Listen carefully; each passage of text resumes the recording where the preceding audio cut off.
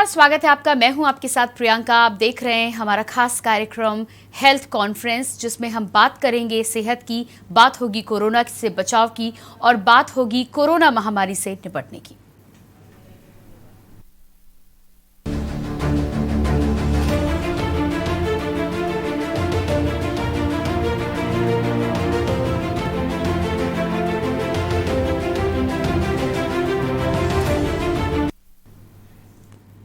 Corona virus की दूसरी लहर बहुत ही तेजी से लोगों को अपनी चपेट में ले रही है। ये संक्रमण एक से दूसरे में बहुत तेजी से फैलता है। कोरोना के गंभीर मामलों में मरीज को अस्पताल में भर्ती करना पड़ता है, लेकिन हल्के या मध्यम मामले हों तो घर पर रहकर भी उसका इलाज किया जा सकता है। इसे होम आइसोलेशन कहा जाता है। होम आइसोलेशन में मरीज खुद को घर के बाकी सदस्यों से अलग रखकर अपना ट्रीटमेंट करते हैं। देश में कोरोना की दूसरी लहर में रोजाना केसेस में इजाफा हो रहा है। मौत के आंकड़े लगातार बढ़ रहे हैं। स्वास्थ्य व्यवस्था चरमराई नजर आ रही है। किसी में कम लक्षण हैं तो किसी में अधिक लक्षण दिखाई दे रहे हैं। कम लक्षण वाले मरीजों को डॉक्टर होम आइसोलेशन की सलाह दे रहे हैं। इसी बीच नई दिल्ली स्थित अखिल भारतीय आयुर्विज्ञान संस्थान यानी एम्स ने कोविड-19 से संबंधित होम आइसोलेशन के संबंध में कुछ दिशा निर्देश जारी किए हैं। आइए जानते हैं कोरोना के मरीज घर पर रहकर कैसे तेजी से रिकवरी कर सकते हैं। इसके अलावा कोरोना लक्षण आने के साथ ही कैसे किया जाए इलाज, कोरोना मरीज खुद से ऑक्सीजन कैसे बढ़ा सकते हैं, होम आइसोलेशन में कौन सी दवा दी जा सकती है, ये तमाम ऐसे सवाल हैं जो आजकल के समय में हर किसी के दिमाग में है, जहन में है। जहां हल्का सा भी बुखार आता है तो लोगों के मन में सवाल आते हैं कि कहीं ये वायरल नॉर्मल फीवर है या कहीं ये कोरोना तो नहीं हो गया। उसके लिए तमाम टेस्ट बाजार में मौजूद हैं। आप सरकारी अस्पतालों में जाकर इलाज करा सकते हैं। कोरोना लक्षण आने के साथ कैसे करें इलाज, ये बहुत ही अहम सवाल है और बहुत सारे लोगों के मन में ये सवाल है। कोरोना मरीज खुद से ऑक्सीजन कैसे बढ़ाएं, होम आइसोलेशन में कौन सी दवा कैसे लें,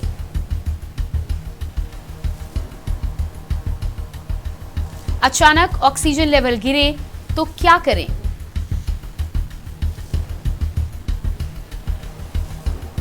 मरीज को कब होगी अस्पताल जाने की जरूरत।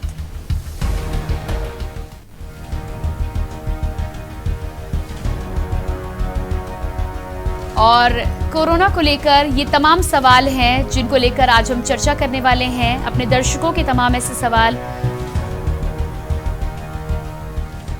और इसी बीच में हम आगे चर्चा जरूर करेंगे, आपको तमाम सवालों के जवाब भी उपलब्ध कराएंगे। लेकिन उसी बीच हमारे साथ कॉलर जुड़ चुकी हैं रानी हरियाणा से। उनसे जान लेते हैं क्या सवाल है उनका। जी रानी, बहुत बहुत स्वागत है, अपना सवाल करें आप। Thank you ma'am. जी थैंक यू मैम। जी वेलकम। क्या जानना चाहती हैं आप? जी वैसे बीपीआई की प्रॉब्लम है जी वैसे बीपीआई की प्रॉब्लम है जी, एक बार अपना सवाल फिर से दोहरा दें आप। हाँ जी। क्या जानना चाहती हैं रानी जी आप? जी मेरे दिक्कत है, बीपीआई की प्रॉब्लम है। किसकी प्रॉब्लम है? बीपीआई वो है वैसे बीमारी। ठीक है, आपकी समस्या को हम ज़रूर डॉक्टर साहब के सामने रखेंगे। और इसी भी तमाम ऐसे मरीज़ हैं, तमाम ऐसे हमारे दर्शक हैं जिनके मन में कोरोना को लेकर बहुत सारे सवाल हैं। और यही वजह है कि हम अपने इस खास कार्यक्रम हेल्थ कॉन्फ्रेंस के ज़रिए तमाम वो सवाल उठाते हैं जिसके माध्यम से आपको कोरोना महामारी से लड़ने में सही जानकारी मिल पाएगी। आप सही सलाह के माध्यम से होम आइसोलेशन में भी अपना इलाज कर सकते हैं। यदि कोई दुविधा है, कोई भ्रांति है तो आप उसको भी दूर कर सकते हैं। और अपने दर्शकों से जुड़े तमाम सवालों के जवाब देने के लिए हमारे साथ स्टूडियो में हमारे साथ जुड़ चुके हैं डॉक्टर अनिल कुमार, वरिष्ठ चिकित्सक हैं कानपुर से। जी डॉक्टर अनिल कुमार जी, सबसे पहले तो आपका बहुत बहुत स्वागत है। धन्यवाद। नमस्कार। नमस्कार जी। डॉक्टर साहब, सबसे पहले कोविड को लेकर आज बहुत सारी भ्रांतियां लोगों के मन में हैं। कई बार लोगों के दिमाग में ये सवाल आता है कि यदि कोविड पॉजिटिव रिजल्ट निकल आया है आरटी-पीसीआर में और ऐसे में ज़रा सी भी तबीयत बिगड़ती है तो लोगों को लगता है कि अस्पताल में ना तो बेड है, ना वेंटिलेटर है, ना ही ऑक्सीजन मुहैया हो रही है। ऐसे में मरीज़ 50% कॉन्फिडेंस तो अपना वैसे ही खो देता है। मैं ऐसे बहुत सारे सवाल आपके माध्यम से दर्शकों तक रखना चाहूँगी और उनकी भ्रांतियों को दूर करना चाहूँगी। सबसे पहला सवाल यहाँ पर ये होता है कि कोरोना के लक्षण यदि आप में आते हैं, टेस्ट अभी तक नहीं कराया है और टेस्ट यदि कराया है तो रिपोर्ट आने में 4 से 5 दिन लग जाते हैं, उस समय क्या कुछ इलाज किया जा सकता है? देखिए, कोरोना की डायग्नोसिस जो है वो लक्षण के बिहाफ पर भी है और इन्वेस्टिगेशंस के बिहाफ पर भी। तो लक्षण जो इसके हैं वो थोड़ा गले में खराश होना, हल्का बुखार आना, शरीर में दर्द होना, इस तरह के जो लक्षण हैं ये आमतौर पे बहुत सारे वायरल डिसीज के साथ मिलते जुलते हैं। तो केवल आपके पास केवल गला खराब होना या बुखार आना, शरीर में दर्द होना, या इस तरह के जो लक्षण हैं इनको क्योंकि अब कोरोना सबसे ज्यादा गंभीर बीमारी है तो इसको हमें ये मान करके चलना चाहिए कि इसकी संभावना है कि ये कोविड हो सकता है, बट इसका मतलब ये नहीं है कि हर कोविड का मरीज गंभीर ही हो जाता है। हमारे पास करीबन 90 से 95% मरीज ऐसे हैं जिनको कोविड के लक्षण या कई बार कोविड रिपोर्ट भी पॉजिटिव, उनमें किसी प्रकार की कोई कोविड का उत्पन्न नहीं है और वो मरीज अपने घर पे रह करके नॉर्मल दवाइयों के साथ उनको ठीक किया जा सकता है। तो जब भी किसी को ऐसे लक्षण हो तो सबसे पहला उसका ये फर्ज बनता है हर व्यक्ति का कि वो अपने साथ रहने वाले, अपने साथ अपने परिवार के बाकी व्यक्तियों को उससे सुरक्षित करे। तो उसके लिए उसको सबसे पहले अपने आप को परिवार से अलग थोड़ा आइसोलेशन की स्थिति में चले जाना चाहिए। जी, दूसरा, बिल्कुल। उसको अर्लीस्ट यानी कि जल्दी से जल्दी उसको किसी भी अपने चिकित्सक के संपर्क में आकर के इसकी जांच करा लेनी चाहिए। बहुत सारे मरीज आज भी इसकी जांच कराना पसंद नहीं करते हैं। उनको ये घबराहट रहती है कि अगर कोरोना निकल आया तो क्या होगा। तो उनको ये मानना चाहिए कि अगर कोरोना निकल भी आया तो कम से कम जांच पुख्ता होने के बाद हम अपने कुछ नजदीकी रिश्तेदारों को, अपने भाइयों को, बहनों को, पति, बच्चों, इन सबको तो सुरक्षित कर सकते हैं। तो कोरोना की जांच जरूर कराएं। कोरोना की जांच होने पर कम से कम उसकी दवाई समय से शुरू हो सकती है और वो 95% मरीज जो घर पे रह के ठीक किए जा सकते हैं, कम से कम वो गंभीर स्थिति में पहुंचने से बच जाते हैं। जी, बिल्कुल। इसी बीच हमारे साथ कॉलर जुड़े हुए हैं, भोपाल से संतोष हमारे साथ हैं। जी, संतोष जी, बहुत-बहुत स्वागत है। क्या सवाल है आपका? जी मैडम नमस्कार, मैं संतोष यादव। मैं ये पूछना चाहता हूँ, जैसे अभी गर्मी का सीजन चल रहा है तो हमारे यहाँ जितने भी ग्रामीण क्षेत्रों में लोग रह रहे हैं तो गर्मी के सीजन में बाहर होते हैं तो क्या बाहर सोने हैं? जी, संतोष जी, आपसे अनुरोध करना चाहूंगी एक बार फिर से अपना सवाल दोहरा दें आप। जी, मैं ये चाहता हूँ कि हमारे यहाँ जो ग्रामीण लोग जी,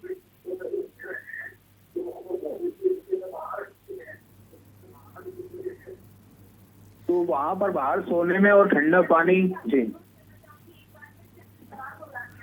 जी, बिल्कुल।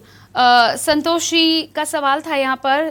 डॉक्टर अनिल, आपसे जानना चाहेंगे, ग्रामीण परिप्रेक्ष्य में कई बार ऐसा होता है कि जागरूकता की कमी होती है और लोग ऐसे में आजकल के मौसम में साफ तौर पर मना किया जा रहा है कि ठंडे पानी का सेवन नहीं करना है और यही हमारे दर्शक संतोष जी का भी सवाल था कि जागरूकता की कमी के चलते लगातार ठंडे पानी का इस्तेमाल किया जा रहा है। ऐसे में आप क्या कहना चाहेंगे उन लोगों के लिए?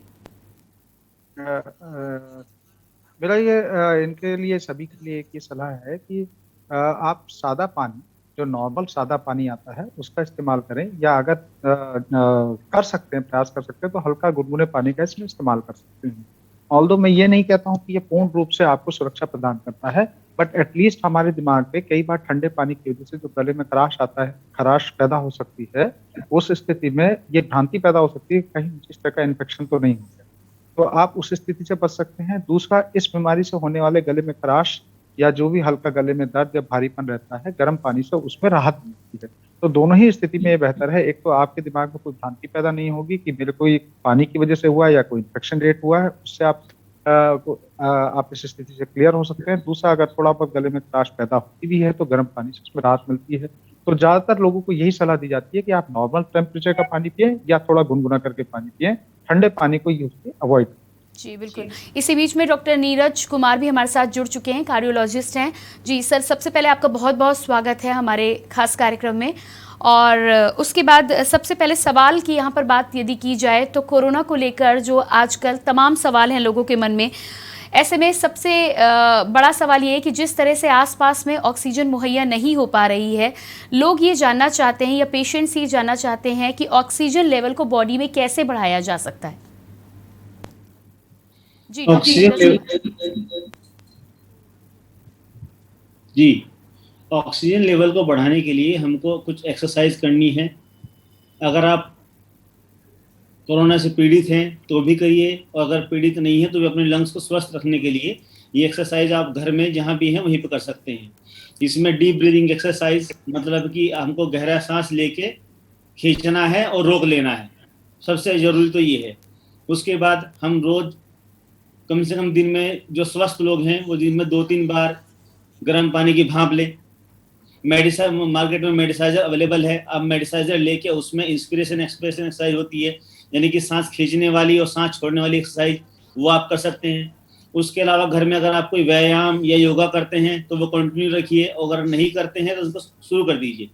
तो एक्सरसाइज से क्या होता है कि एक तो हमारे लंग्स जो है वो पूरी तरह से एक्सपेंड, यानी कि पूरी तरह से फैलने लगते हैं, और दूसरा ये होता है कि हमारे जो मसल्स हैं, जो छाती की हमारी मसल्स हैं, जो कि हमारे रेस्पिरेशन में हमारी मदद करती हैं, तो वो अच्छी तरह से एक्टिव रहती हैं। तो अगर इन केस अगर हमको किसी तरह कोई इन्फेक्शन, वो कोविड का हो या सिंपल निमोनिया हो, कोई भी अगर इस तरह का इन्फेक्शन होता है तो हमारे लंग्स और हमारी छाती की मसल्स हैं वो हमारी उसको सांस को मजबूती प्रदान करेंगी। तो ये एक्सरसाइज घर में हम लोग कभी भी, कोई भी, कहीं कहीं भी कर सकता है। इसके लिए कुछ अलग से करने की जरूरत नहीं होगी। जी बिल्कुल। इसी बीच में हमारे साथ बंगाल से कॉलर जुड़े हुए हैं, दीपक जी। जी दीपक जी, अपने सवाल रखें आप। मेरा सवाल है मैडम, जो मैं पिछले 12 तारीख को मैं कोविड वैक्सीन लिया था, तो मेरा तबीयत उतना सही नहीं लग रहा है। तो यहाँ कोई हमारे यहाँ कुछ ऐसा नहीं है जो किसी से पूछे ना कहीं जाके ये करें। जी दीपक जी, सबसे पहले आपसे जानना चाहेंगे कि क्या तकलीफ आपको लग रही है, अपने सिम्टम्स बताएं। मैं सिम्टम आया, तबीयत नॉर्मल ये रहता है, कमजोरी लगता है। फिर अभी ये कल से मेरा वो जुकाम हो रखा है, मुझे डर लग रहा है कि कहाँ बाहर जाऊँ या नहीं, बाहर कोई क्या करूँ। जी बिल्कुल, आपके सवालों को लेकर हम डॉक्टर जी से जवाब ज़रूर मांगेंगे। और इसी बीच में हमारे साथ अगले कॉलर जुड़ चुके हैं, शशिकांत जुड़े हुए हैं हमारे साथ। सबसे पहले इनसे जान लेते हैं कि क्या सवाल है। शशिकांत जी, स्वागत है आपका, अपना सवाल रखें आप। मैम एक्चुअली आप कोरोना से देखते हो मैम, ये हमको ये करना है कि हम लोग क्या ऐसा प्रिकॉशन किया जाए जिससे बचाव हम लोग का हो सके, फैमिली का बचाव हो सके। जी बिल्कुल, आपका सवाल बहुत अच्छा सवाल है, आपका सवाल हम ज़रूर रखेंगे। इसी बीच में हमारे साथ डॉक्टर शिखा सचान भी जुड़ चुकी है, कोविड एक्सपर्ट है। शिखा जी, आपके पास ही आऊँगी, और यहाँ पर हमारे दर्शक जो जुड़े हुए थे बंगाल से, इनका जानना था, दीपक जी जानना चाह रहे थे कि कहीं से ये आए थे और उसके बाद से इनको सिम्टम्स आ रहे हैं, कमज़ोरी फील हो रही है, हल्का सा सर्दी ज़ुकाम भी है, तो इसको लेकर ये जानना चाहते हैं कि क्या माने और उसके बाद कैसे इलाज करें। जी डॉक्टर शिखा, क्या आप मुझे सुन पा रही हैं? मैं सुन पा रही हूँ, सॉरी। मैं चाहूंगी कि आप जरा अपने प्रश्न को रिपीट करें। जी बिल्कुल, हमारे कॉलर ने हमें कॉल किया है बंगाल से, दीपक नाम है उनका, और वो जानना चाहते हैं कि वो कहीं से होकर वापस लौटे हैं, कहीं से घूम के वापस लौटे हैं, और उसके बाद उनको तकलीफ लग रही है, वीकनेस लग रही है, सर्दी जुकाम हल्का सा लग रहा है। तो सबसे पहले तो ये जानना चाहते हैं कि क्या कोविड टेस्ट के लिए जाना चाहिए, और उसके बाद उसका इलाज क्या है। जी बिल्कुल, क्योंकि हम एक ऐसे समय में रह रहे हैं जब कोविड एक प्रकार की एपिडेमिक के तरीके से पूरे भारत में फैली हुई है। तो इस समय में खांसी, बुखार या गैस्ट्रोएंटेराइटिस यानी पतले दस्त का होना, पेट में दर्द होना, जुकाम, इन सब लक्षणों को हल्के में ना लें, और इनको कोविड के ही लक्षण मानते हुए इन कोविड की जांच जरूर कराएं, ताकि समय रहते आपका सही प्रकार से इलाज हो सके। और इन जांचों के बाद एक फायदा आपको और पहुंच सकता है कि यदि कोविड जांचों में ये पता चलता है कि कोविड की बीमारी नहीं है, तो भी आपको अन्य बीमारी के बारे में पता चल सकता है, और फर्दर इन्वेस्टिगेशन कराकर फिर आप उस बीमारी का इलाज करवा सकते हैं। जी बिल्कुल। डॉक्टर अनिल कुमार, आपके पास आना चाहूंगी। हमारे दूसरे कॉलर शशिकांत जी का प्रश्न ये था कि इस समय पर कैसे अपनी फैमिली का बचाव कर सकते हैं, और दूसरी बात ये कि कई लोगों को ये भी भ्रांतियां हैं कि RT-PCR का टेस्ट भी कई बार उनके लिए फॉल्स आता है। लोगों का कहना है कहीं फॉल्स पॉजिटिव है तो कहीं फॉल्स नेगेटिव है। आपसे जानना चाहूंगी इस बात में कितनी सच्चाई है, और दूसरी बात बचाव हम कैसे कर सकते हैं। जी, बहुत अच्छे। इसमें पहले तो मैं RT-PCR का एक कंफ्यूजन दूर करना चाहूँगा कि कोई भी टेस्ट का आधार होता है कि उस टेस्ट की सेंसिटिविटी क्या है और स्पेसिफिसिटी क्या है। ये एक टेक्निकल टर्म्स है, तो मैं इन टर्म्स को तो एक्सप्लेन नहीं करूँगा, बस मैं इतना इसके आधार पे ये बात आपके सामने रखना चाहता हूँ कि RT-PCR नेगेटिव आना, RT-PCR जो पॉजिटिव आता है वो करीबन 70 से 80% पेशेंट्स में पॉजिटिव आता है, लेकिन इसके बाद भी 15 से 20% कंडीशन सिचुएशन ऐसी रह जाती है जिसमें RT-PCR नेगेटिव होने की संभावनाएं बनी रहती है। तो इस आधार पे जब RT-PCR नेगेटिव होता है और उसको कोविड की कैटेगरी में हम ग्रेड नहीं करते हैं, तो हम उनको प्रिजम्पटिव कोविड की कैटेगरी में ग्रेड करते हैं, जिसमें सिम्टम तो प्रेजेंट कर रहे होते हैं कोविड के, लेकिन RT-PCR नेगेटिव प्रेजेंट कर रहा होता है। तो ऐसी स्थिति में भी हमें वो समझ सावधानियां बरतनी चाहिए जिससे कि वो कोविड का, जिससे हम दूसरे लोगों में उसका संक्रमण को बचाया जा सके। तो RT-PCR नेगेटिव होना अगर सिम्टम साथ में है तब भी हमें वो सारी की सारी सावधानियां बरतनी। अब किस तरीके से हम अपने साथ में रहने वाले व्यक्तियों को या परिवार के बाकी व्यक्तियों को बचा सकते हैं, उसका सिंपल सा तरीका मैं पहले अपने जवाब में भी बता चुका हूं कि अगर हमको इस तरह की संभावनाएं लगती हैं कि हमारे को किसी प्रकार का सिम्टम है, कोई ऐसा साइन है, या हम जैसे अभी एक आपके उन्होंने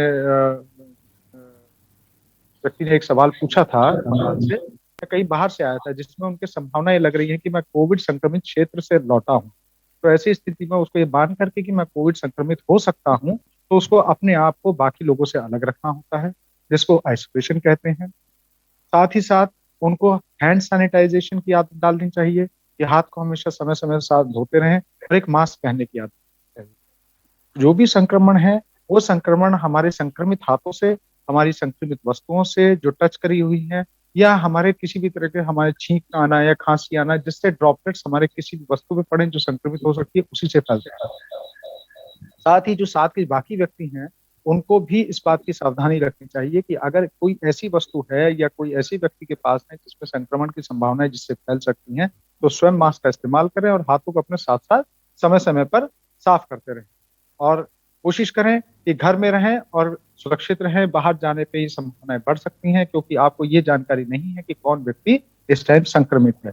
इसका मतलब ये नहीं है कि आप आपस में सामाजिक दूरियां बढ़ाएं, इसका मतलब बिल्कुल ये नहीं, लेकिन आप एक फिजिकल डिस्टेंसिंग यानी कि आपस में एक दूसरे से इतने डिस्टेंस पे रह करके अपने सामाजिक संबंधों को पूरा कर सकते हैं जिससे आप एक दूसरे को संक्रमण ना फैलाएं। जी बिल्कुल। अगले कॉलर हमारे साथ पंकज दिल्ली से जुड़ चुके हैं। जी पंकज जी, स्वागत है, क्या जानना चाहते हैं आप? एक्चुअली मैंने 23 मार्च को वैक्सीन लगवाई थी। जी हेलो जी जी, हम आपको सुन पा रहे हैं, अपनी बात पूरी करें आप। हाँ, उसके बाद मुझे जो है मैंने टेस्ट कराया तो मुझे कोविड हो गया, वाइफ को भी कोविड हो गया वैक्सीन लगवाने के बाद। हाँ, फिर वो मेरी तबीयत ज्यादा खराब हुई तो मैं एडमिट हो गया। मुझे वो जो है उन्होंने कहा आपको निमोनिया एक्सरे वगैरह लिया वाइफ का टेस्ट में, और उन्होंने कहा कि आप जो है और आपको कोई प्रॉब्लम नहीं है, फिर उन्होंने डिस्चार्ज कर दिया हमको। मेडिसिन भी हमें लग गया 5 इंजेक्शन। जी बिल्कुल ठीक है।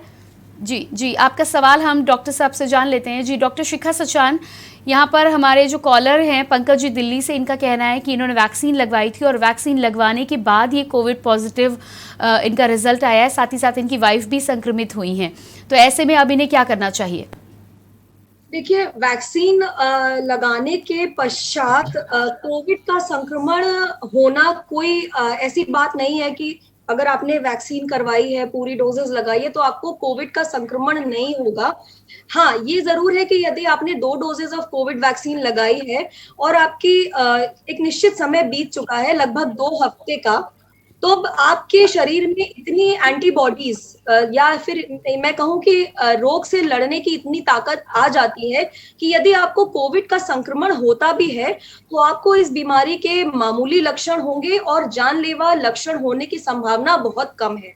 और दूसरा मैं इनसे ये भी जानना चाहूंगी कि क्या इन्होंने वैक्सीन की सिर्फ एक डोज लगवाई है, क्योंकि यदि वैक्सीन की एक डोज लगाई है और उसके 4-5 दिन बाद या 10 दिन बाद संक्रमण होता है तो यह मान के चलना चाहिए कि जो कोविड की वैक्सीन लगाई है उससे समुचित एंटीबॉडीज अभी उत्पन्न नहीं हुई हैं और इस केस में कोविड की बीमारी या संक्रमण से पूरी तरीके से बचाव संभव नहीं है।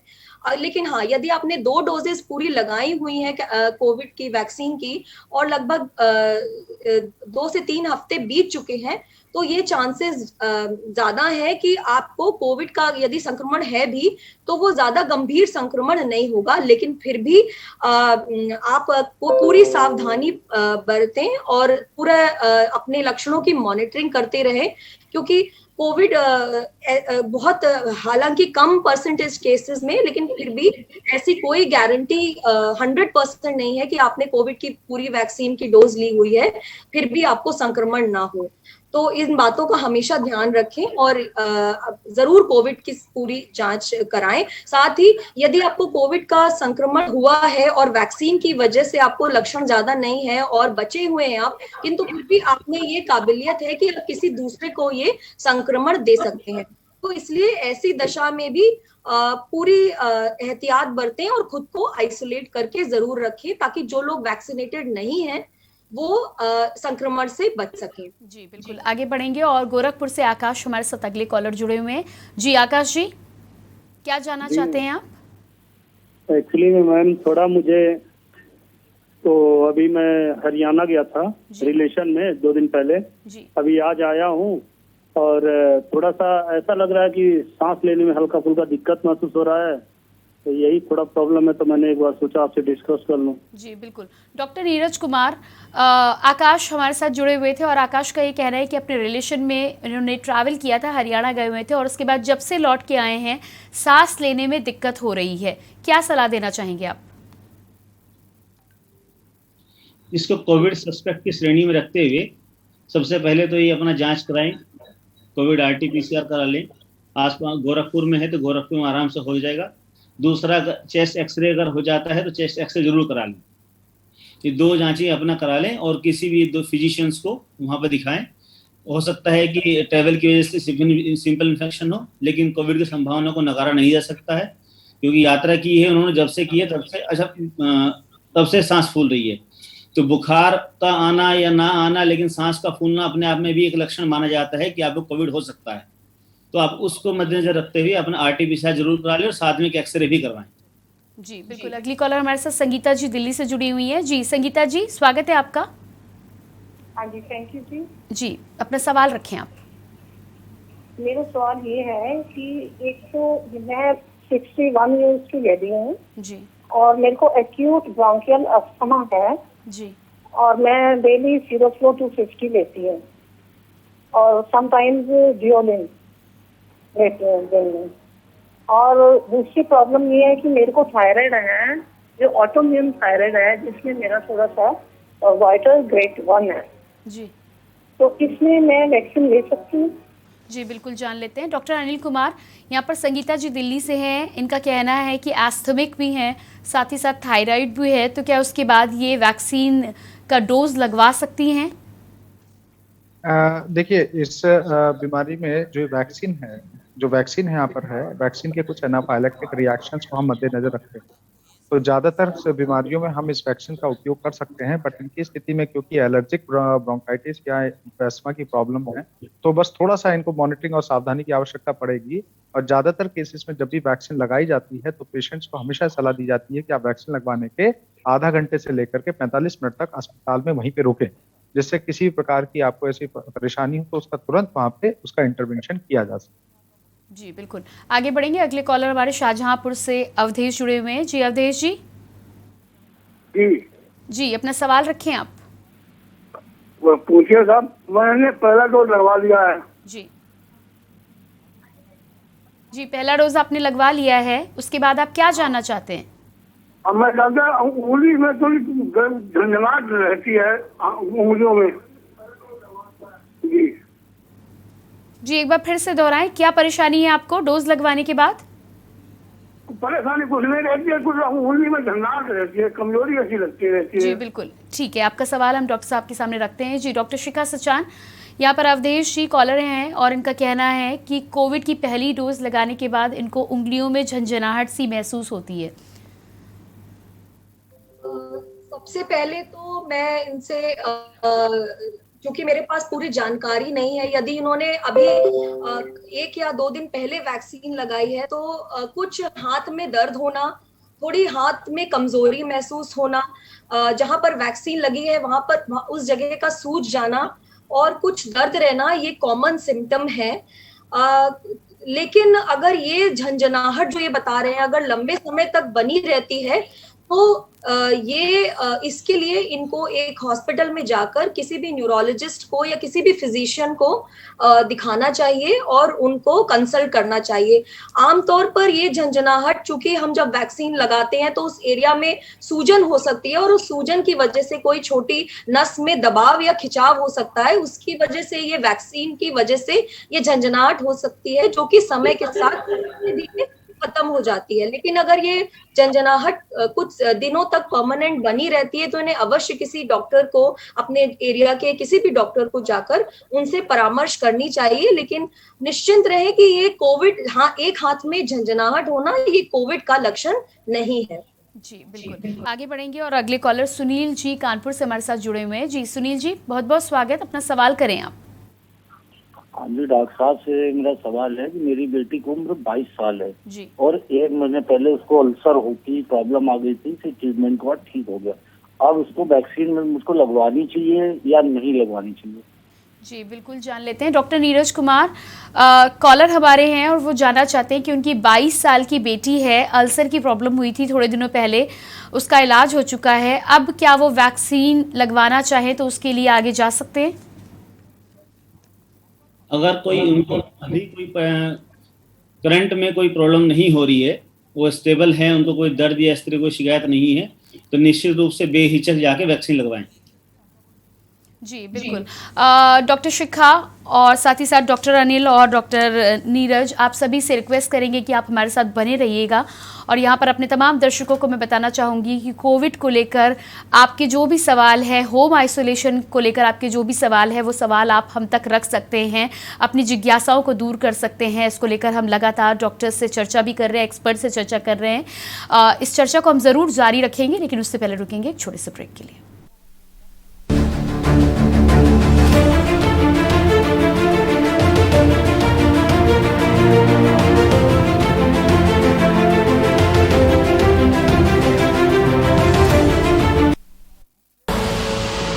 देख रहे हैं के न्यूज, खबरों का सारथी।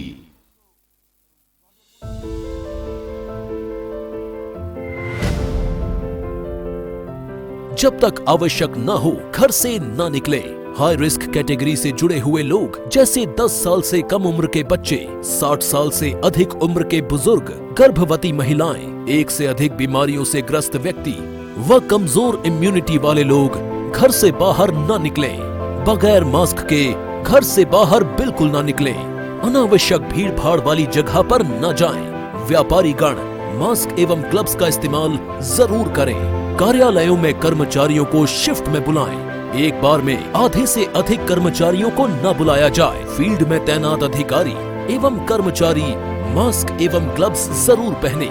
स्वच्छता, सैनिटाइजेशन एवं फॉगिंग नियमित रूप से कराई जाए और कंटेनमेंट जोन को सख्ती से लागू किया जाए।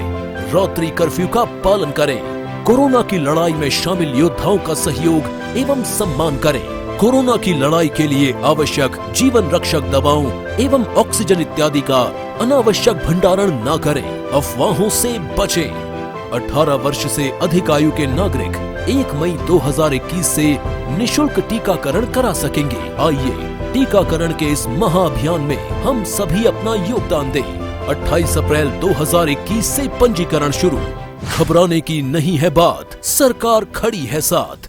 खुदी को आजमाया है तो ये अंदाज आया है, खुदी को आजमाया है तो ये अंदाज आया है। तुम में भी मैं हूँ, शुद्ध प्लस पानी।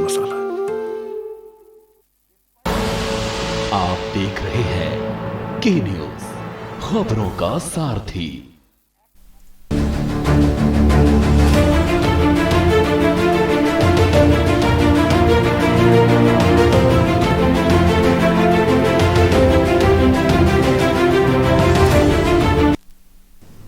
ब्रेक के बाद एक बार फिर से आप सभी दर्शकों का बहुत बहुत स्वागत है हमारे खास कार्यक्रम हेल्थ कॉन्फ्रेंस में। हेल्थ कॉन्फ्रेंस में आज हम बात कर रहे हैं कोरोना महामारी को लेकर, साथ ही साथ बातचीत कर रहे हैं कि यदि होम आइसोलेशन में कोई रह रहा है तो उन्हें किन दवाओं की ज़रूरत है, साथ ही ऑक्सीजन लेवल गिरा है तो उस समय क्या करना चाहिए, किस तरह से सलाह लेने चाहिए और किस तरह से सही जानकारी के साथ ही आप अपना इलाज कर सकते हैं और ठीक भी हो सकते हैं। उसको लेकर मेरे साथ एक्सपर्ट्स जुड़े हुए हैं। डॉक्टर नीरज कुमार कार्डियोलॉजिस्ट हमारे साथ हैं, डॉक्टर अनिल कुमार वरिष्ठ चिकित्सक हमारे साथ हैं और साथ ही साथ doctor Shikha Sachan Covid expert भी हमारे साथ जुड़ी हुई हैं। आगे बढ़ेंगे और सबसे पहले बातचीत करेंगे, हमारे साथ कॉलर जुड़े हुए हैं मनोज मुरादाबाद से, उनसे जान लेते हैं क्या सवाल है इनका। जी मनोज जी, बहुत बहुत स्वागत है। जी मैम। जी अपना सवाल रखें आप। मैडम मैं वैक्सीन ले चुका हूँ, एक डोज सिंगल। जी पहली डोज वैक्सीन की मैंने ले ली है जी। और मेरी एज 46 है। जी हेलो जी, आप अपनी बात पूरी करें, हम आपको सुन पा रहे हैं। मैडम मेरे को कल परसों रात फीवर हुआ था जी 99। जी वैक्सीन लगवाने के कितने दिनों बाद फीवर हुआ है आपको? वैक्सीन मैंने लगवाई थी 25 अप्रैल को। ठीक है, सॉरी 25 मार्च को।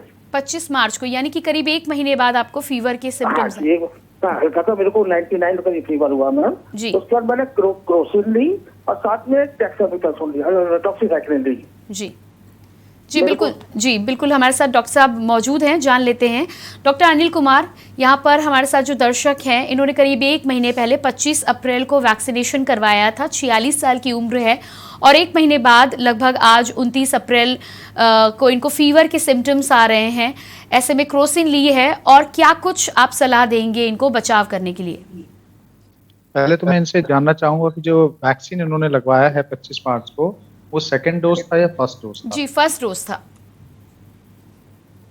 तो, क्योंकि जब तक सेकंड डोज नहीं लगता है तब तक हमारे शरीर पे इस बीमारी से लड़ने के लिए तो एक लेवल ऑफ एंटीबॉडीज आनी चाहिए। वो लेवल ऑफ एंटीबॉडीज नहीं आती तो भी सेकंड डोज लगने के बाद करीबन 2 हफ्ते के बाद हम किसी भी व्यक्ति को पूर्ण रूप से इम्यून, मतलब वैक्सीन से जो इम्यूनिटी आनी होती है उस कैटेगरी को ले पाते हैं। दूसरी बात कि अब इनका यह है कि आज की तारीख में इनको फीवर आया है, किसी इस इवन कोविड से होने वाला फीवर या नॉर्मल वायरल फीवर, दोनों ही सिचुएशन में क्रोसिन एक बेस्ट दवा है, जो सबसे सुरक्षित दवा है और इसको आराम से ले सकते हैं जब जब बुखार आता है। पर अब बात मानने की आती कि ये कोविड इन्फेक्शन है या नहीं है, इसका पता जांच से ही चलेगा। इनको जांच करा लेनी चाहिए, इनको जांच से बिल्कुल भी कोई इनका रिपल्शन नहीं होना चाहिए, इनको तुरंत इसकी जांच करानी चाहिए, क्योंकि आज के सिनेरियो में किसी भी वायरल इन्फेक्शन को पहले कोविड मानते हुए कोविड की जांच करा लेनी चाहिए। कोविड नेगेटिव हो तब हम उसको मान सकते हैं कि ऑर्डिनरी वायरल इन्फेक्शन रहा होगा। जी इसके अलावा डॉक्टर अनिल, टेस्ट की आपने बात की है तो यहाँ पर एक कन्फ्यूजन ये भी दूर करना चाहूँगी, एंटीजन टेस्ट के लिए भी क्या लोग जा सकते हैं? क्योंकि आरटीपीसीआर की यदि हम बात करें तो बहुत लंबा समय लग रहा है अस्पतालों में टेस्ट के लिए, और यदि हर कोई आरटीपीसीआर टेस्ट के लिए जाएगा तो शायद रिजल्ट भी जल्दी नहीं मिलेंगे। तो क्या एंटीजन टेस्ट एक ऑप्शन है हमारे पास या हमें आरटीपीसीआर के लिए ही जाना चाहिए? जी, हमारे पास 3 तरह के टेस्ट हैं, एक एंटीजन टेस्ट है, एक ट्रूनैट है और एक आरटीपीसीआर है। यूजुअली जो एंटीजन टेस्ट है वो इमरजेंसी कंडीशंस में कराया जा रहा है कि आज हम अभी हमारे किसी भी व्यक्ति को उसको किसी इसी तरह के सीवियर सिम्टम है और उसको हमें तुरंत कैटेगराइज कर करके किस लेवल की सुविधा हमको देनी है अस्पताल, उसको लेवल 3 की देनी है, लेवल 2 की देनी है, या कोई ऐसी सर्जरी हमारे पास इमरजेंसी सर्जरीज आ रही है कि हमको उसको तुरंत 2 घंटे के बाद ऑपरेट करना आवश्यक है और हम उसके लिए एंटीजन टेस्टिंग के थ्रू ही हम कर सकते हैं, क्योंकि आरटीपीसीआर का एक समय है कि कम से कम वो 24 से 36 घंटे मिनिमम ले रहा है उस टेस्ट की रिपोर्ट आने में, और कहीं कहीं पर जहाँ टेस्टिंग का लोड ज्यादा है वहाँ पे 48 से 72 घंटे की उस टेस्ट में लग रहे हैं, क्योंकि मशीन की एक कैपेसिटी है। बट तीनों में से कोई सा भी टेस्ट कराया जा सकता है, और इस टेस्ट को मैं ये कहूँगा कि इस टेस्ट को अस्पताल के स्तर पे ही कराया जाए। लोकल आपके घर पे आकर के अगर कोई लैब आपको एंटीजन टेस्ट कर रहा है और वो पॉजिटिव आता है और वो रजिस्टर्ड किट नहीं है, पोर्टल पे सरकार की रजिस्टर्ड किट नहीं है, तो ऐसी स्थिति में भी आपको कोविड पॉजिटिव रिपोर्ट आने के बाद भी सरकार आपको कोविड की कैटेगरी में रजिस्टर नहीं कर पाएगी। तो इसको हमेशा अस्पताल से और रजिस्टर्ड किट के थ्रू ही करना है। तीनों में से कोई सा भी टेस्ट कराया।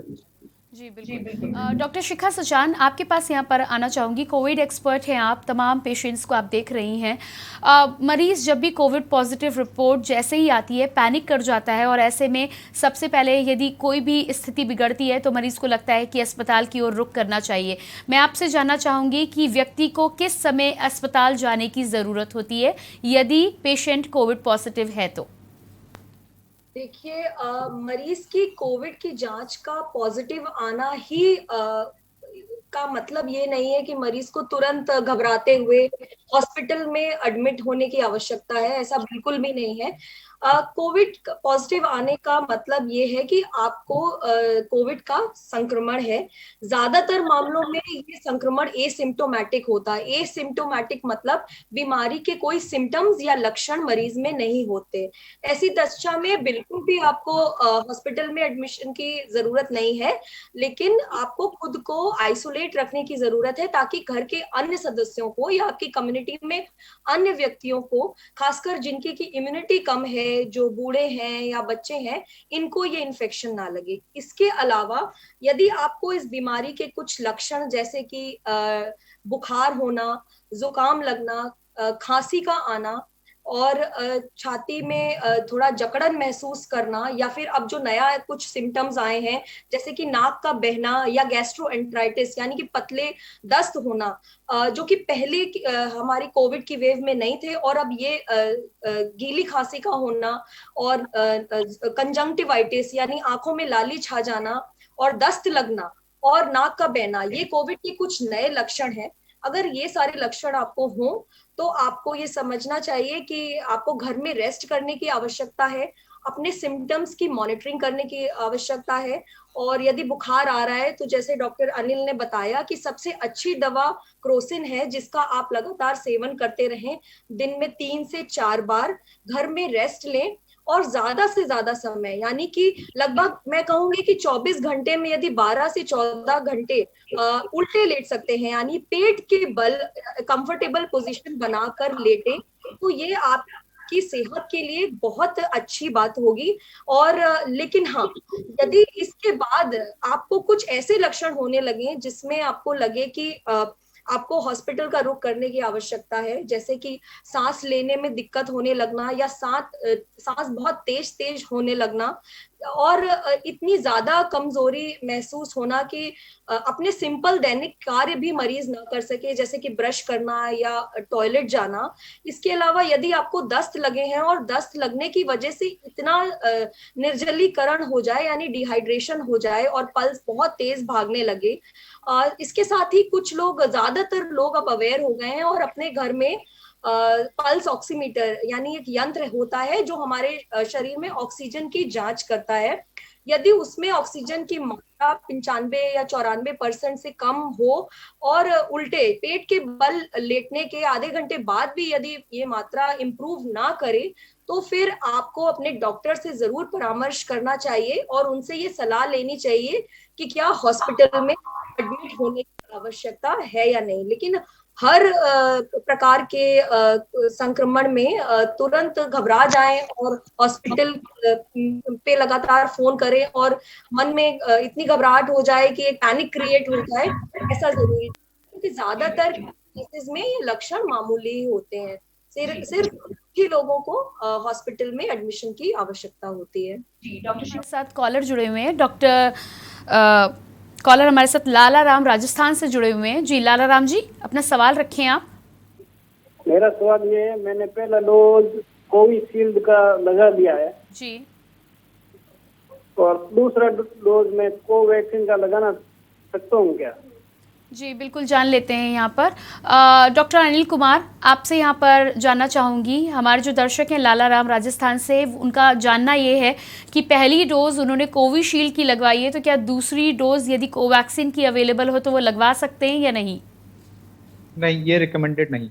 जिसकी पहली डोज लगी है उसी वैक्सीन को दोबारा लें। जी, मुझे उम्मीद है कि लाला राम जी को उनके सवाल का जवाब मिल गया होगा। इसी बीच अगले कॉलर हमारे कानपुर से जुड़े हुए हैं। जी बहुत बहुत स्वागत है, अपना नाम बता दें आप। बोल रहा हूँ कानपुर से। जी अपना सवाल रखिए आप। मैं 1 मार्च को हमने अपने पास वैक्सीन लगाई थी कोविशील्ड की, उसके बाद 7 अप्रैल को मैं कोविड पॉजिटिव हो गया था जी 15 अप्रैल को निगेटिव हो गया हूँ। सेकेंड डोज कब लगवा सकता हूँ अपने? जी बिल्कुल जान लेते हैं। हमारे साथ यहाँ पर डॉक्टर नीरज कुमार भी जुड़े हुए हैं। जी डॉक्टर नीरज, आपसे जानना चाहेंगे कि कानपुर से हमारे जो दर्शक हैं उनका कहना ये है कि उन्होंने 1 मार्च को वैक्सीन लगवाई थी, उसके बाद कोविड पॉजिटिव हुए, आइसोलेशन पूरा कर लिया है, कोविड नेगेटिव हो गए हैं, अब क्या वो वैक्सीनेशन के लिए जा सकते हैं? जी बिल्कुल। आपको इसके लिए सबसे पहले जो आपका जो कोविड सेंटर था जहाँ पे आपने वैक्सीन लगवाई थी, क्योंकि आपका डेट आपने 1 मार्च को लगवाया था शायद वैक्सीन, तो आपका सेकंड डोज का टाइम निकल गया है। आपका सेकंड डोज जो है वो स्टार्टिंग ऑफ अप्रैल में लगना चाहिए था, जो कि आपके कोविड होने की वजह से नहीं लगा है। तो आप अपने जो कोविड सेंटर है वहाँ पर रिपोर्ट करें जहाँ पर वैक्सीन लगवाया था, और वो आपको चेक करेंगे। अगर कोई एक्टिव सिम्टम्स अभी आप में नहीं है तो वो निश्चित रूप से आपको जो है वैक्सीन के बारे में बताएंगे। जी बिल्कुल। अगले कॉलर हमारे अरुण जी कानपुर से जुड़े हुए हैं। जी अरुण, बहुत बहुत स्वागत है, अपना सवाल करें आप।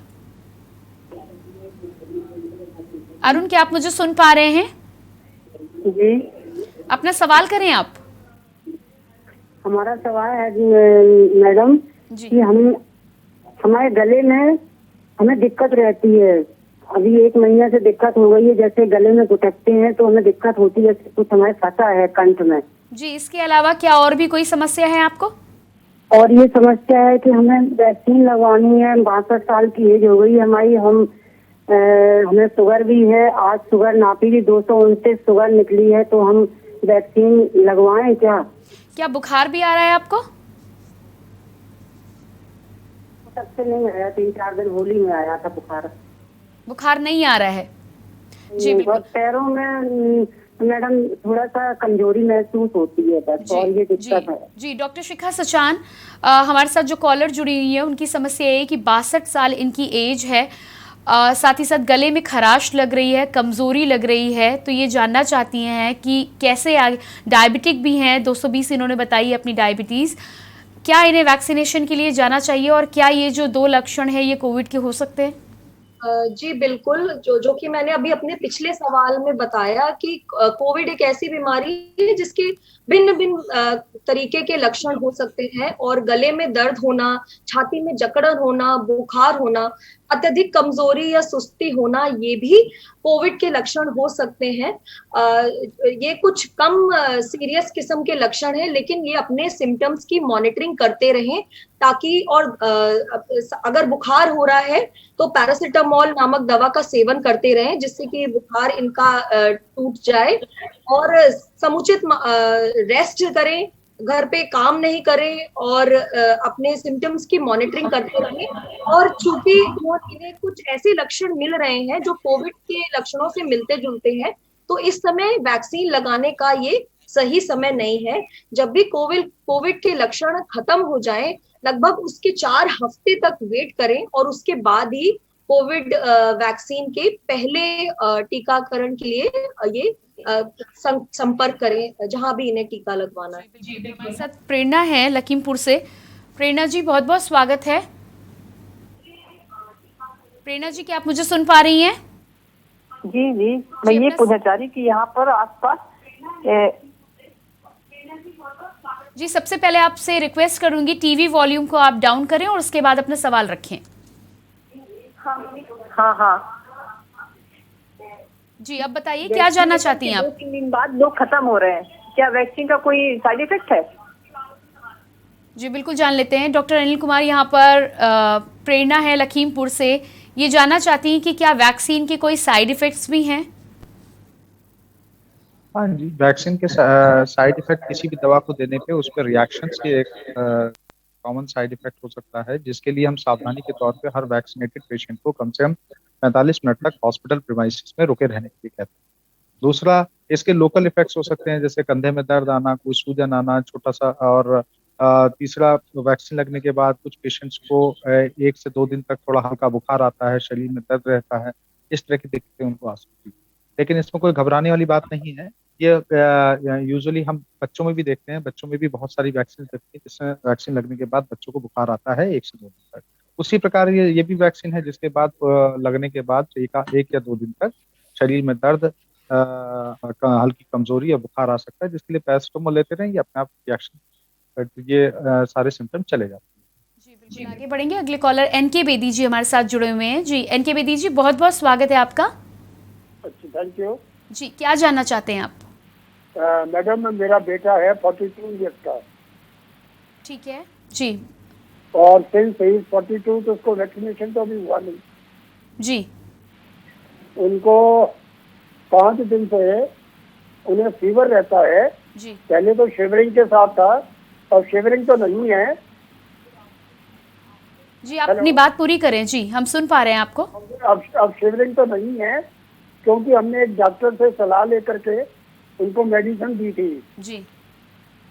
और अब शिवरिंग तो नहीं है, लेकिन बुखार जो है वो 102, 101 ऐसे रहता है। जी, अभी भी बना हुआ है बुखार? Yes yes. जी, डॉक्टर शिखा सचान आपके पास आना चाहूँगी। एनके बेदी जी का सवाल है, इनका बेटा है, 42 इयर्स ओल्ड है, वैक्सीनेटेड अभी नहीं हुए हैं, फीवर आ रहा है, पिछले 5-6 दिनों से आ रहा है, और डॉक्टर से सलाह लेने के बाद, दवाइयाँ लेने के बाद भी फीवर बना हुआ है, क्या करना चाहिए?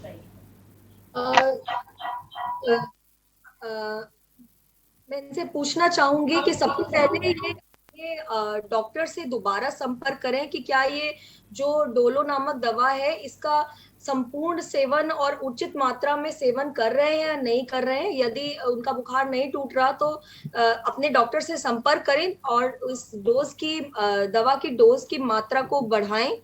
और साथ ही यदि बुखार बहुत ज्यादा आ रहा है तो कोल्ड स्पॉन्जिंग यानी कि ठंडे पानी से पट्टी जी, डॉक्टर शिखा, यहाँ पर आपको एक इन्फॉर्मेशन और शेयर करना चाहूंगी। इनका कहना है कि पहले इनको शिवरिंग के साथ फीवर आ रहा था, बाद में शिवरिंग तो बंद हो गई है, लेकिन फीवर अभी भी कंटिन्यूड है।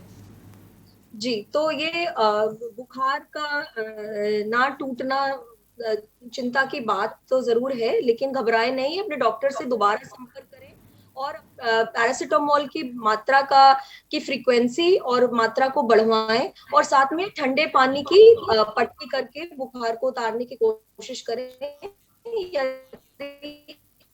इसके बाद भी बुखार नहीं उतरता है तो अपने डॉक्टर से संपर्क करके एक आईवी ड्रिप आकर जो दवा टैबलेट के माध्यम से देते हैं, ये इंजेक्शन के माध्यम से भी ली जा सकती है।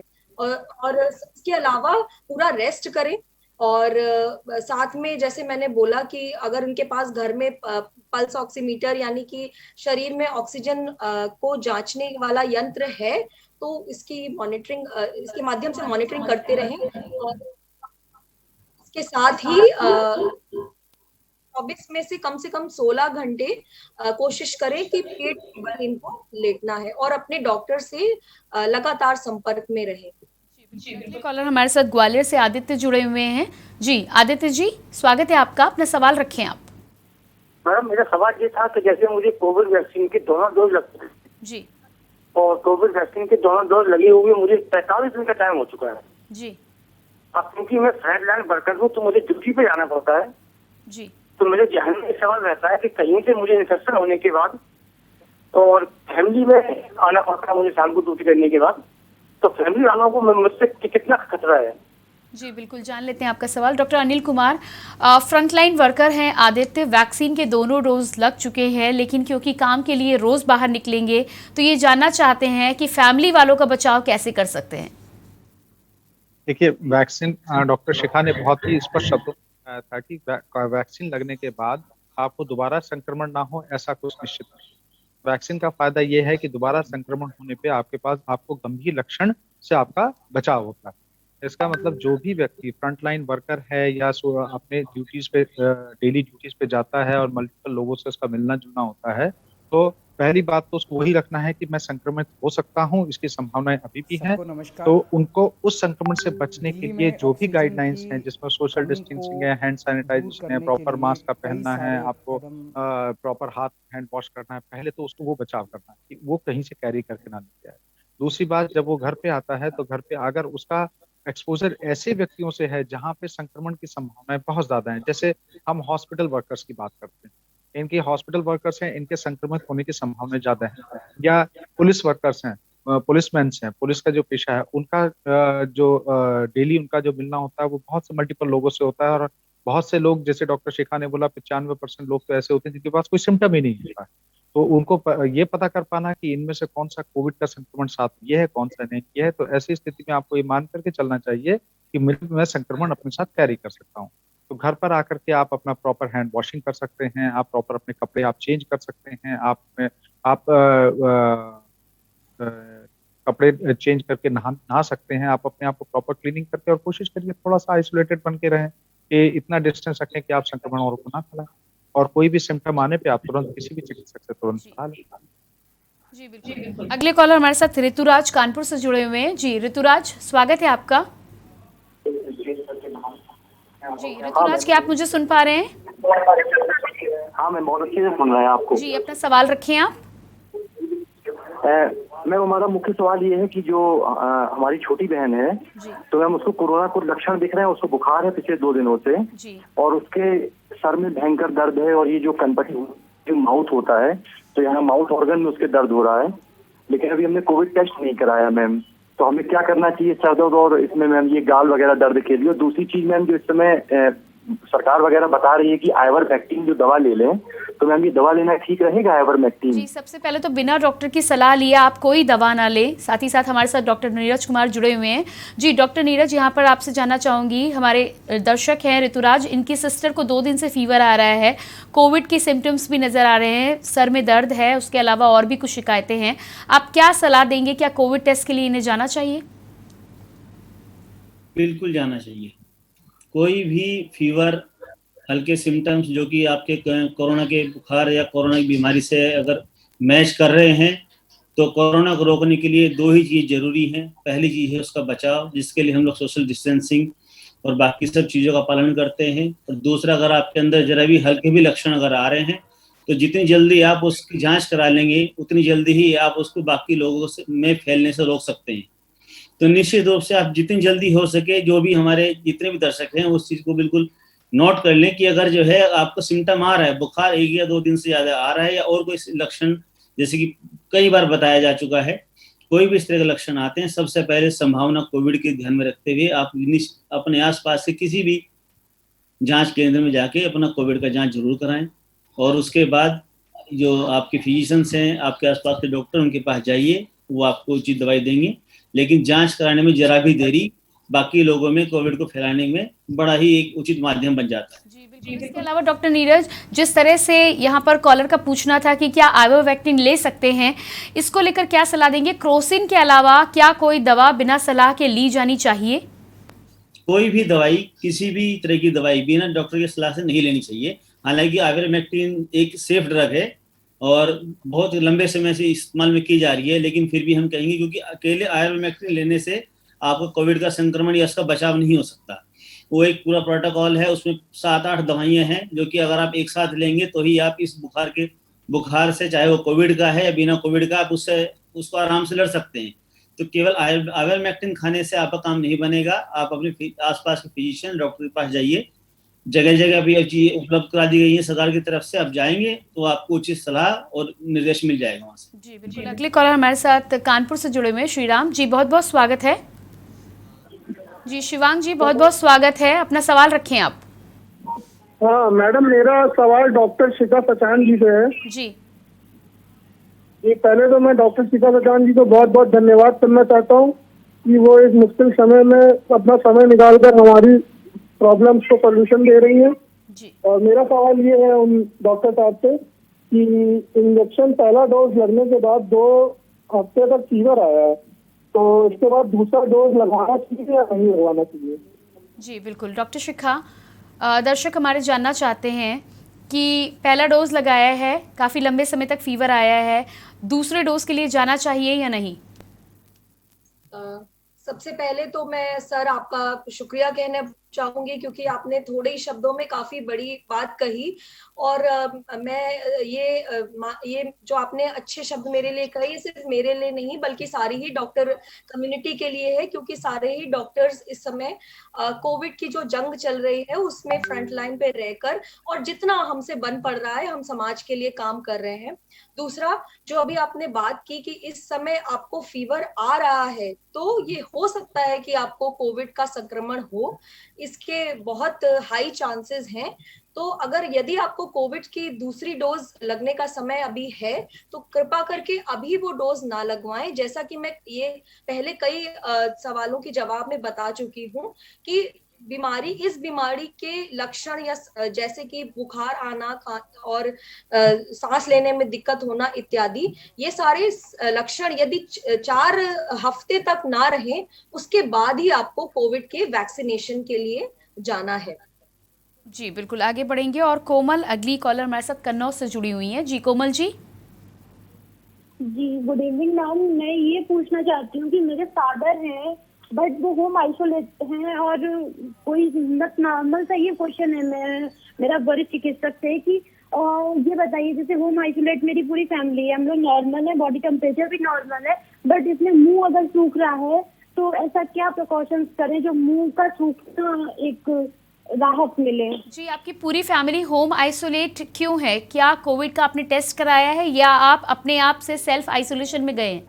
नहीं, हम लोग एक्चुअली बस ये है कि 2 गज दूरी मास्क जरूरी है, हम लोग बाहर नहीं निकल रहे हैं फालतू में, और जितना रहता है तो बस इसीलिए एक्सपर्ट आपके चैनल के माध्यम से बस ये पूछना चाहते हैं, सब सेफ है, कोविड निगेटिव है, बट जो आजकल नॉर्मल प्रॉब्लम है कि मुंह सूखना। जी बिल्कुल। और मेरे फादर का एक्चुअली ज्यादा सूख रहा है, तो बस मेरा एक ही क्वेश्चन है कि मुंह सूखने का कोई रीजन ऐसा कुछ बता दीजिए जो उन लोग उसको होम। जी बिल्कुल, जान लेते हैं आपकी समस्या का समाधान। जी डॉक्टर अनिल, यहाँ पर हमारी जो कॉलर हैं उनका ये कहना है कि दूरी उन्होंने बना कर रखी हुई है, घर में भी बना के रखी है, जो बहुत अच्छी बात है, लेकिन मुंह सूख रहा है पूरे घर में और ख़ास तौर से फादर को ये प्रॉब्लम ज़्यादा हो रही है, तो इसके लिए क्या सलाह देंगे आप? देखिए, पहली बात तो आप लोगों ने सबने एक दूसरे से सोशल डिस्टेंसिंग का पालन कर रही है, बहुत अच्छी बात है, बट जहाँ तक मुझे समझ में आया है कि कोई भी कोविड पॉजिटिव नहीं है, शायद ऐसा ही है कि कोई भी कोविड पॉजिटिव नहीं है। तो अगर ये कोविड पॉजिटिव नहीं है, किसी को कोविड का संक्रमण नहीं है, तो मुंह सूखने के मल्टीपल रीजंस हो सकते हैं, लेकिन अगर मुंह किसी का सूख रहा है तो मेरे ख्याल से सिंपल, अभी तो क्योंकि गर्मी का मौसम है, आपके लिए पॉसिबिलिटी है कि डिहाइड्रेशन वाली पॉसिबिलिटीज ज्यादा बनी है, तो आप पानी का प्रचुर मात्रा में सेवन करें। और जैसे इनके पिताजी को अगर मुंह सूखने की शिकायत ज्यादा है, तो ऐसी स्थिति में ये कोई भी हमारे जो ये टैबलेट्स हैं, जैसे हमारे पास ये हनीटस वगैरह, इस टाइप की कोई भी गोली, जैसे हाजमोला टाइप इस टाइप की कोई भी गोली लेंगे तो वो मुंह में सलाइवेशन की प्रॉपर मात्रा बना के रखते हैं, जिससे उनको ये मुंह सूखने से संबंधित जो समस्या है उसका कम हो जाए। अगर ये कोविड पॉजिटिव पेशेंट्स होते हैं तो कोविड पॉजिटिव पेशेंट्स में भी इस तरह का लक्षण मिलता है किसी, लेकिन ये कोविड नेगेटिव है तो ये इस गर्मी के मौसम में चलते हुए थोड़ा सा पानी की कमी को भी दर्शाता है। तो हर व्यक्ति को कम से कम 2.5 से 3 लीटर पानी पीना चाहिए, और अगर फिर भी है, जैसे पिताजी को है, तो कोई भी अपनी चूसने वाली टैबलेट मुंह में रखेंगे तो ड्राइनेस को कम करेगा। जी बिल्कुल, और इसी के साथ ही समय का मुझे इशारा मिल चुका है। डॉक्टर अनिल कुमार, आपका बहुत बहुत शुक्रिया अपना बहुमूल्य समय हमें देने के लिए, साथ ही साथ हमारे दर्शकों की तमाम समस्याओं का समाधान करने के लिए। डॉक्टर नीरज कुमार, आपका भी बहुत बहुत धन्यवाद अपना बहुमूल्य समय निकालने के लिए, के न्यूज़ से बातचीत करने के लिए। और डॉक्टर शिखा सचान, आपका भी बहुत बहुत धन्यवाद कि आपने तमाम दर्शकों की जो भी समस्याएँ रहीं कोविड को लेकर उनकी समस्याओं को दूर किया। उसके साथ ही साथ के न्यूज़ की टीम और मैं भी आप सभी को सैल्यूट करना चाहूँगी कि मुश्किल घड़ी में आप लगातार आगे बढ़ रहे हैं, सोसाइटी के लिए अपना सर्वस्व निछावर कर रहे हैं। हम कोशिश करेंगे और साथ ही साथ ये उम्मीद भी करते हैं कि यदि हम एक साथ मिलकर लड़ेंगे तो ज़रूर इस कोविड महामारी को हम हरा पाएंगे। आप सभी का बहुत बहुत धन्यवाद। और एक बार फिर से अपने दर्शकों को यहाँ पर बताना चाहूँगी कि होम आइसोलेशन को लेकर, कोरोना महामारी को लेकर हमने लगातार हमारे इस कार्यक्रम के माध्यम से जागरूकता फैलाने का प्रण लिया है।